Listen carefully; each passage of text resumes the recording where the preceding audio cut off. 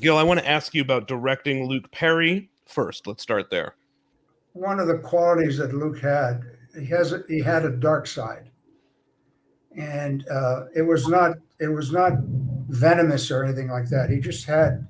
He was a very introspective guy by nature. That was his instrument, and it comes off. And I think one of his appeals, his fan base, was because of that. And they compared him to James Dean. And there was a lot of similarities by virtue of that sort of brooding quality, which was not contrived, it was real. Look, let me just say this, we can sort of talk about how wonderful everybody is, but in actuality, they were.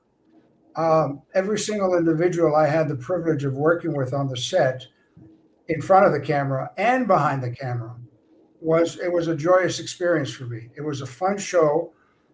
There were some very, very interesting moments. It had a certain um, social commentary that it made, which was important. And I think that's why it sparked so much interest. The execution by the actors, be it my directing or anybody else, sustained the caliber of performance from one episode to the other.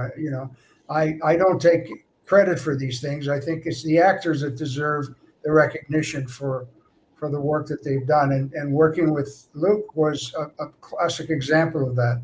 He was an absolute professional, very respectful to the other actors. Never ever any issues. Actually, I've never experienced any issues with any of them, ever in all the shows I did.